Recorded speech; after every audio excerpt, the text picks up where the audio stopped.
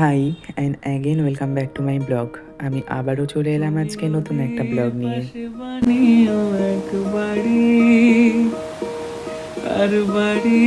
আজকে হোলি আর আজকে কিন্তু আমার অফিস আছে, তাই সকাল সকাল আমি অফিসে চলে আসলাম। অফিসে বেশ কিছুক্ষণ থেকে কাজকর্ম করে তারপর বাড়িতে গিয়ে রং খেলবো।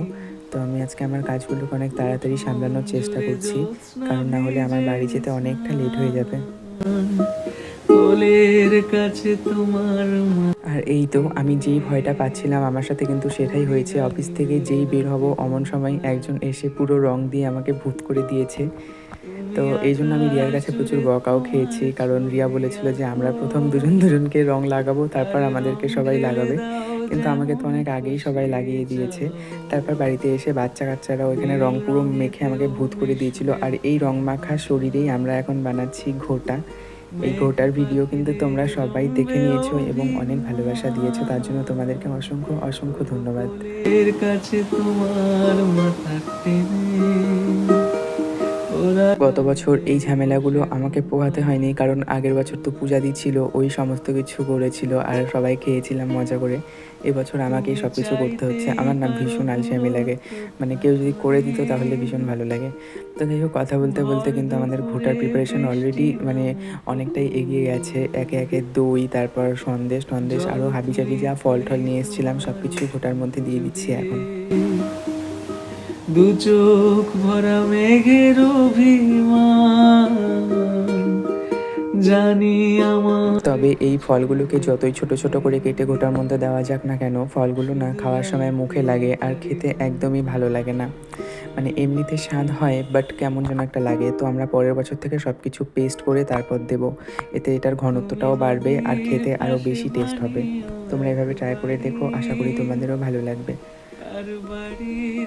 তো এই তো আমাদের ঘোটা খাওয়া কমপ্লিট। এখন কিন্তু আমরা নাচার জন্য সবাই চলে এসেছি। আর আমি এখানে কোনো মানে ভিডিওর মাঝখানে কোনো আমি ওই মিউজিকটা অ্যাড করলাম না, কারণ এর আগের ভিডিওগুলোতে যখন আমি মিউজিক অ্যাড করেছিলাম সেখানে আমার ভিডিওর বেশি ভিউজ হয়নি কপিরাইটের জন্য। সেই জন্য জাস্ট এমনি আমি তোমাদের সঙ্গে নাচার ভিডিওগুলোই শেয়ার করলাম আমার। এই যে আমাদের গ্রুপটা তোমরা দেখতে পাচ্ছ, এই গ্রুপটা আগে অনেক বড় ছিল। এখন তো অনেকেরই বিয়ে হয়ে গেছে বলে অনেকেই নেই, তবুও যারা যারা আসতে পেরেছে তারা ছিল বলে হয়তো মজাটা হয়েছে, বাট অনেকেই আসতে পারেনি। খুব মিস করেছি পূজাদিকে, প্রিয়াকে। গত বছর হোলিতে আমরা ভীষণ এনজয় করেছিলাম, এবছর হোলিতেও এনজয় হয়েছে, বাট আগের মতো সেই ভাইবসটা হয়তো কোথাও গিয়ে পাইনি, কারণ লোক যত বেশি হবে মজা তত বেশি হবে। আর এখানে দেখো নাচতে নাচতে আমরা পুরো ক্লান্ত হয়ে গেছি। তো চলো স্নান করা যাক।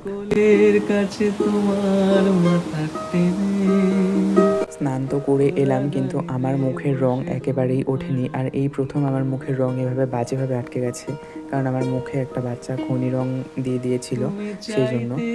আর দেখো, হোলি খেলার পর আমাদের পাড়াটা পুরো থমথমে, মানে ঝড়ের পর পরিবেশ যেমন শান্ত হয়ে যায় ঠিক তেমনটা। বৃষ্টি নামক জল থই থই তোমার উঠোন। রাতে আমি আর পাশের বাড়ির এক কাকু মিলে বেরিয়েছিলাম একটু রাস্তায়, কারণ আজকে রাতে আমরা বানাবো চিকেন পকোড়া, সেই জন্যে। আর এরপর বাড়িতে এসে একটু চা খেয়ে নিলাম, আর এর মধ্যেই রিয়া চলে এসেছে। আর এখন আমরা সমস্ত কিছু অ্যারেঞ্জমেন্টগুলোও করে নিচ্ছিলাম।